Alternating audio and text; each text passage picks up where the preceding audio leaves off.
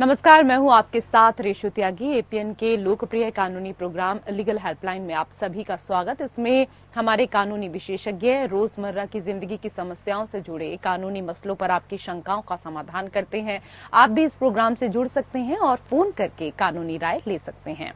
आज हम महिलाओं की अभद्र चित्रण से जुड़े कानून पर जानकारी देंगे। महिलाओं की गरिमा बनाए रखने के लिए कई तरह के कानून बनाए गए हैं। महिलाओं के अभद्र चित्रण अधिनियम 1986 उनमें से एक है। महिलाओं के अभद्र चित्रण अधिनियम 1986 के तहत धारा 2 खंड सी में अभद्र चित्रण शब्द को किसी भी तरह से महिलाओं का अभद्र चित्रण के रूप में परिभाषित किया गया है, जिसमें किसी महिला का अपमानजनक चित्रण हो या सार्वजनिक नैतिकता पर जिसका प्रभाव पड़ता है। अभद्र चित्रण रोकने के लिए जुर्माना और सजा का भी प्रावधान है। तो ये थी कुछ बुनियादी जानकारी। ज्यादा जानकारी देंगी हमारी आज की कानूनी विशेषज्ञ बबीता झा जी। मैम, स्वागत है आपका। तो आप फोन करके राय ले सकते हैं। फोन लाइन्स खुल चुकी हैं और ऐसे में आप आज के विषय से संबंधित अगर कोई कानूनी जानकारी हासिल करना चाहते हैं तो हमें कॉल करें 012061279337 और 012061279338। दोनों में से किसी भी नंबर पर आप डायल कर सकते हैं। आज महिलाओं के अभद्र चित्रण से जुड़ी कानूनी जानकारी हम लेने वाले हैं। इससे जुड़ा कोई भी सवाल अगर आपका भी है तो आप भी कॉल करें। मैम, सबसे पहले तो हमारे तमाम दर्शक जो इस कार्यक्रम को देख रहे हैं उनको ये बताइए कि महिलाओं के अशिष्ट चित्रण का मतलब क्या है? देखिए, अशिष्ट चित्रण का सिंपल सा मतलब ये है जिससे आपके मन में महिलाओं के प्रति एक या तो निगेटिव विचार आए उसको देख के, या तो भावनाएं पब्लिक को अगर कोई देखता है तो देखने वाले में उसके प्रति, महिला के प्रति कोई अपमानजनक बातें आए, या उसकी फीलिंग जो है तो या तो इसको कहेंगे उसकी मोरालिटी के कुछ अगेंस्ट फीलिंग उसको आए। अब बहुत सारी ऐसी बातें होती हैं जहाँ पर कपड़े कम होते हैं लेकिन ऐसी फीलिंग नहीं आती। जैसे मंदिर में शिवलिंग है, उसको हम इसको एग्जम्पशन में रखा गया है। जैसे धार्मिक चीजें हैं, कोणार्क की अजंता एलोरा की गुफाओं में जो चित्र है, इसमें खजुराहो में जो चित्र है, ये ऐसी चीजें हैं जो हमारे हिस्टोरिकली वहाँ पर कला में दी गई हैं। या कई बार होता है मेडिकली जो डॉक्टर कहीं समझाते हैं तो ऐसे चित्रण होते हैं, लेकिन वहाँ पर उसका उद्देश्य भावनाओं को भड़काना नहीं होता है या किसी स्त्री का अपमान करना नहीं होता है। तो ऐसी चीज हटा के जहाँ इसमें जो दिखाया जा रहा है वो इम्पोर्टेंट नहीं है, देखने वाले के दिमाग पर जो असर पड़ रहा है वो इम्पोर्टेंट है। इसलिए चित्रण ऐसा हो किसी भी तरह से जिसमें महिलाओं का अपमान हो, महिला का पूरा शरीर, उसका कोई अंग इस टाइप से दिखाया जाए तो उसको अपमानजनक उसको लगे या दूसरी की भावनाएं इससे निगेटिव रूप से प्रभावित हो। अभी हाल में ये केस था कॉलेज रोमांस, जिसके लिए एक वेब सीरीज है। दिल्ली हाई कोर्ट ने इसको ऑब्सिन माना था, इसमें एक्ट के अंदर पनिशेबल माना था, लेकिन सुप्रीम कोर्ट ने कहा कि एक हम देखते हैं थोड़ा सा बुरा लगता है, उससे ज्यादा कुछ होना चाहिए जो हमारी भावनाओं को अपील करे, हमारी भावनाओं को भड़काए, ज्यादा उभारे, वो इसके अंतर्गत पनिशेबल ऑफेंस में आता है। जी मैम, ये भी बताएं कि महिलाओं के अभद्र चित्रण करने वाले विज्ञापनों पर प्रतिबंध के बारे में भी हम यहाँ पर आपसे विस्तार से समझना चाहेंगे। बेसिकली इसको लाने की जरूरत विज्ञापन के लिए ही पड़ी थी। 86 में जो लाया गया था उसमें प्रिंट मीडिया और दूरदर्शन था। दूरदर्शन ज्यादा प्राइवेट चैनल नहीं थे उस समय, तो दूरदर्शन तो ऐसे ही सरकार के कंट्रोल में था। बेसिकली इसको प्रिंट मीडिया के लिए लाया गया था। उस समय प्रिंट मीडिया ज्यादा उफान पे था, नए नए प्रिंटिंग टेक्नोलॉजी आ गया था कि वहाँ पर वुमेन को इस टाइप से रिप्रेजेंट नहीं किया जाए।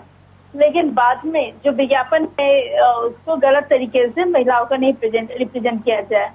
लेकिन बाद में जब ये इंटरनेट आया और सोशल मीडिया आ गया, बहुत सारे वेब सीरीज नेटफ्लिक्स वगैरह वगैरह आने लगे, तो इसको अमेंडमेंट करने की जरूरत थी। एड इसको 2012 जो 18 में पास हुआ, 12, 18, 21 में ग्रेजुअली इसमें बहुत सारे अमेंडमेंट हुए हैं। सारे अमेंडमेंट का जो पर्पस है यही है कि नए नए जो हमारे टेक्नोलॉजी आ रहे हैं, विज्ञापन अब प्रिंट मीडिया से ज्यादा इंटरनेट और इसमें प्राइवेट टीवी चैनल और सोशल मीडिया पर देखा जा रहा है। तो वहाँ पर विमेन्स को जो है इस टाइप से रिप्रेजेंट नहीं किया जाए, और विमेन को जो रिप्रेजेंट किया जाता है वहाँ पर बेसिकली जो एडवर्टाइजमेंट के रूप में यहाँ पर बहुत ही इसको विस्तृत रूप दिया गया है। एडवर्टाइजमेंट का मतलब ये नहीं कि हम उसको केवल एक चीज को प्रचार करने के लिए उसका यूज कर रहे हैं, चीज को प्रमोट करने के लिए।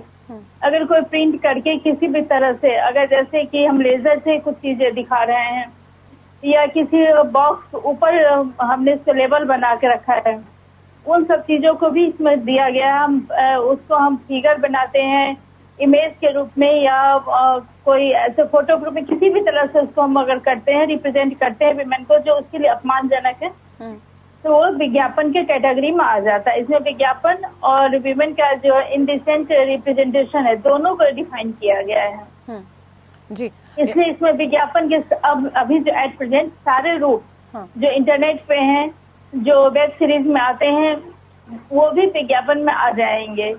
जैसे नेटफ्लिक्स है और कहीं से और से कवर नहीं हो रहा है, फिल्म छोड़ के।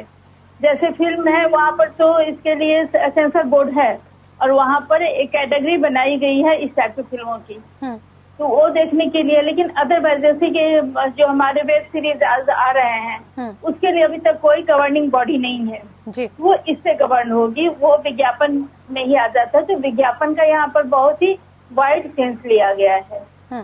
जी, विस्तार से आपने इसको समझाया यहाँ पर मैम, लेकिन महिलाओं का अभद्र चित्रण करने वाली पुस्तकों, पुस्तिकाओं आदि के प्रकाशन या फिर डाक द्वारा भेजने पर प्रतिबंध के बारे में क्या कुछ प्रावधान है, आपसे वो भी समझना चाहेंगे। जी जी, जैसे मैंने बताया कि इसका बहुत ही व्यापक रूप है, विज्ञापन भी बहुत व्यापक है और इसमें जैसे कि किसी भी तरह से प्रिंटिंग के रूप में किसी भी तरह रिप्रेजेंटेशन को इसमें टारगेट किया गया है।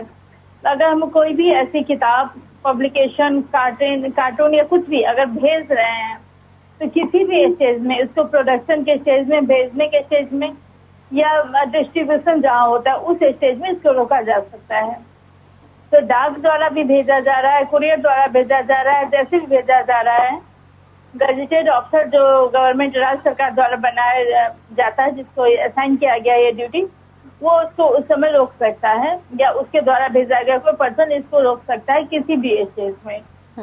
अगर उसको, और इसके लिए नहीं कि ये ऐसा होना ही चाहिए, इनडिसेंट है, इस पर लॉ लागू होगा या नहीं वो तो कोर्ट देखेगी, लेकिन उसको अगर प्राइमा फेसाई लग रहा है कि इसमें ऐसे जो डाक से या किसी भी तरह से ऐसे तरीके से अगर कोई ट्रांसमिट किया जा रहा है, कोई चीज भेजा जा रहा है, अब तो देखिए डाक का जमाना कम हो गया है और इंटरनेट से भी भेजा जा रहा है, तो अब ये इंक्लूड कर लिया गया कि उसको लग रहा है कि ऐसी इंडिसेंट चीजें भेजी जा रही है तो वो उसका अपने पावर से रोक सकता है।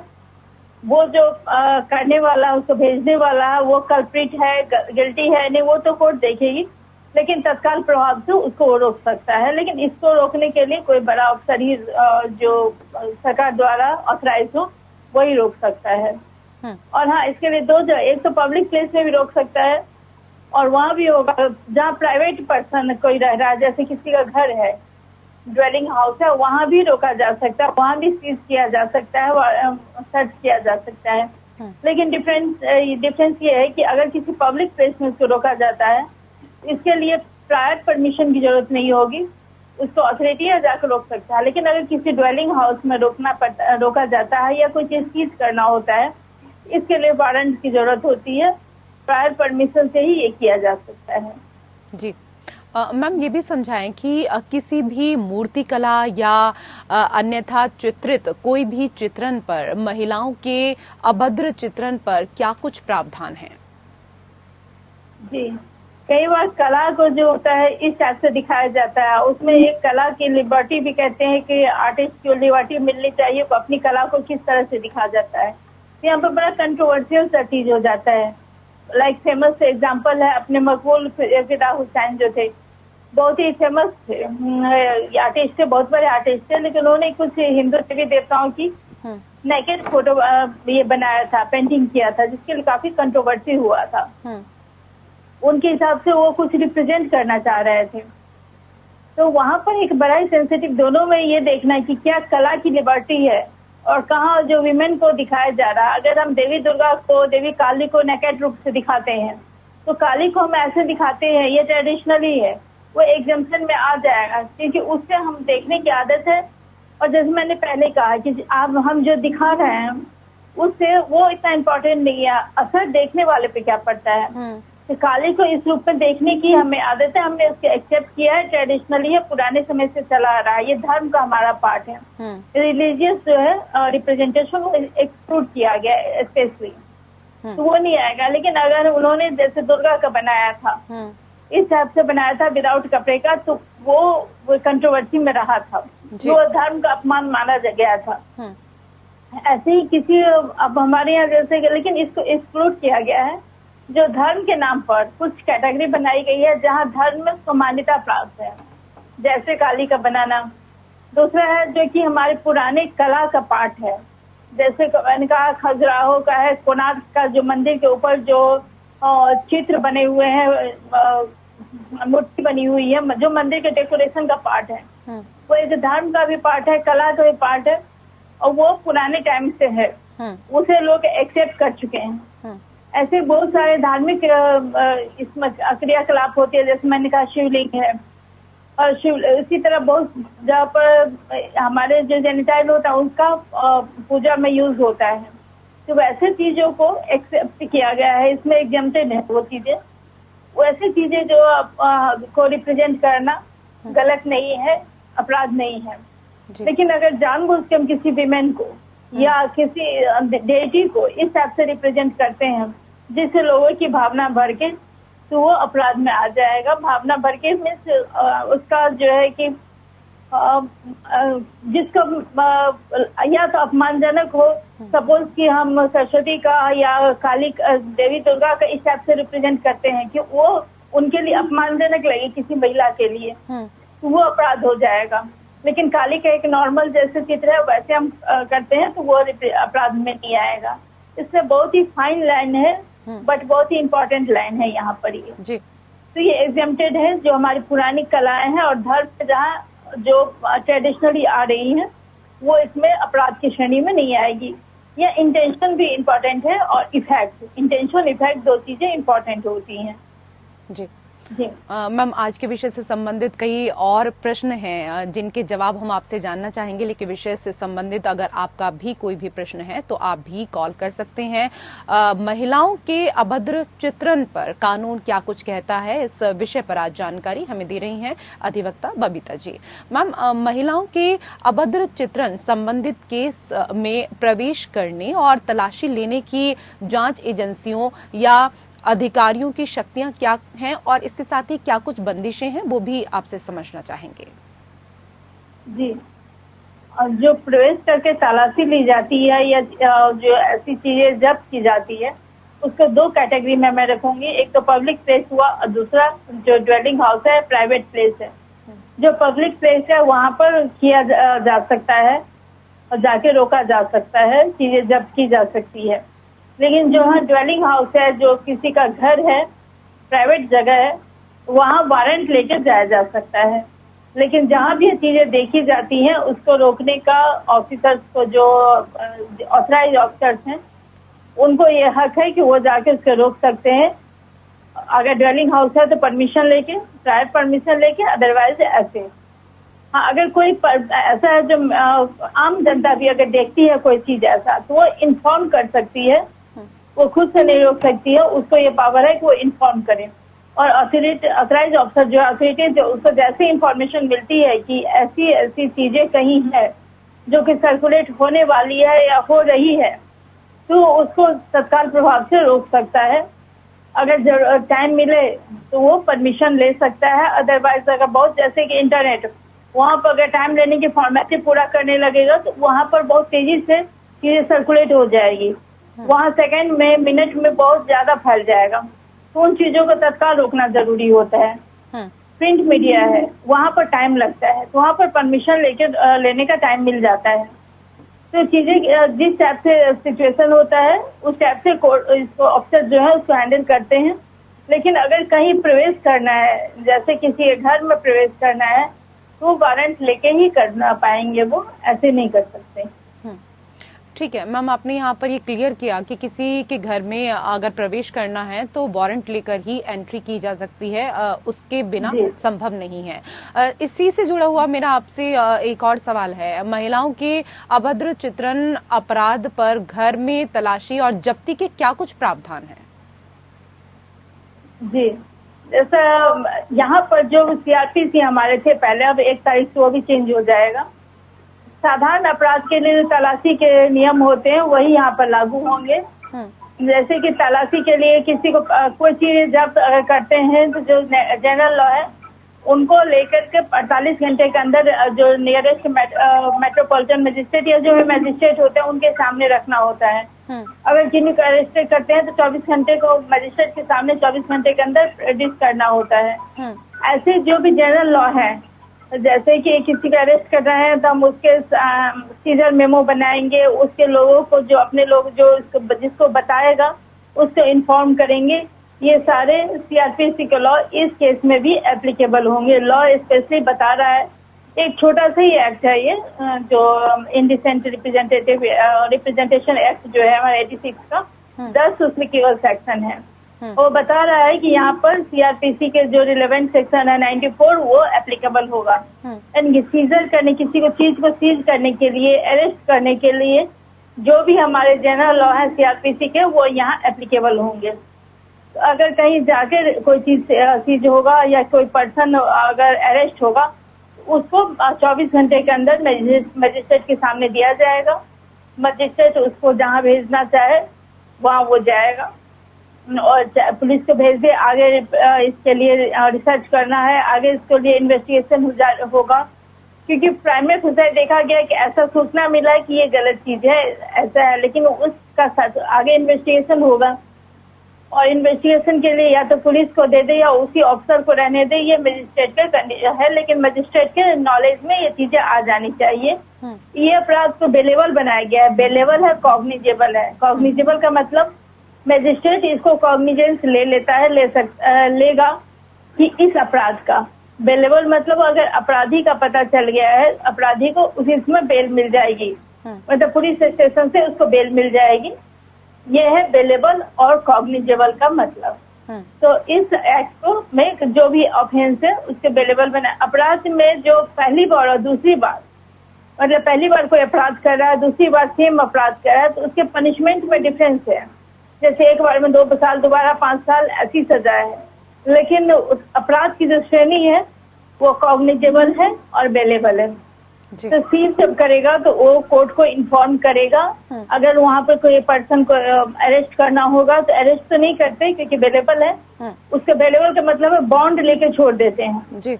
लेकिन उस पर्सन के बारे में डिटेल कोर्ट को इन्फॉर्मेशन देगा, जो भी चीजें वहाँ से मिली हैं, कैसे कौन कौन सी चीजें मिली है, उसका एक सीजर बनेगा, वो सारी चीजें कोर्ट को बताया जाएगा। कोर्ट मतलब मजिस्ट्रेट को 24 घंटे के अंदर जी।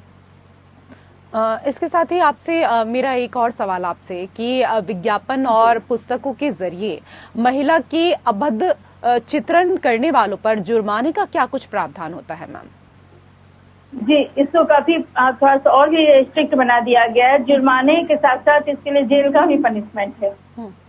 जुर्माना जो है पहले 10,000 था, 2,000 था, अब इसको मिनिमम 10,000 कर दिया गया है पहली बार अगर अपराध होता है तो। अगर दूसरी बार होता है तो अभी 50,000 2021 में 50,000 तक कर दिया गया, तो 1 लाख तक जा सकता है। जेल का भी प्रोविजन है, जो 2 साल से मिनिमम से लेकर के 5 साल तक हो सकता है। पहली बार में 2 साल, दूसरी बार हो तो मिनिमम टाइम प्रिस्क्राइब कर दिया गया है 6 महीना, लेकिन 6 महीना से लेकर 5 साल तक हो सकता है अगर सेम ऑफेंस रिपीट हो तो। इसलिए जुर्माना भी है और ये जेल भी है, दोनों ही सजा इस अपराध के लिए है। जी, इसके साथ ही ये भी बताएं कि इस अधिनियम के अधीन कोई अपराध किसी कंपनी द्वारा किया गया हो तब क्या होता है?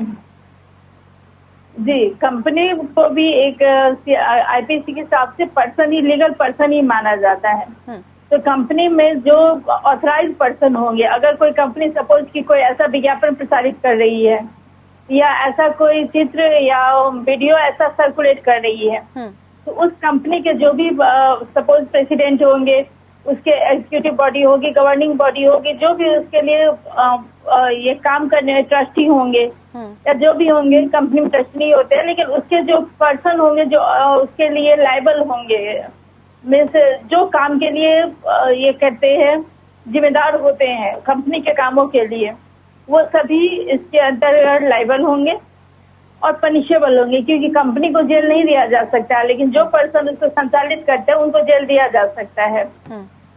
एक्सेप्ट अगर कंपनी में कोई ऐसा पर्सन है जिसने विरोध किया है या वो उसको नहीं करना चाहता है, सपोज कि उसमें डायरेक्टर्स हैं 10 हैं, एक डायरेक्टर्स ने उसको नहीं करना चाहता है, उसको सर्कुलेट नहीं करना चाहता है, उसने अपोज किया ऑफिशियली, उसकी बात नहीं मानी गई है तो वो वॉकआउट कर गया है या उसने रिजाइन कर दिया है इसके अगेंस्ट विरोध में।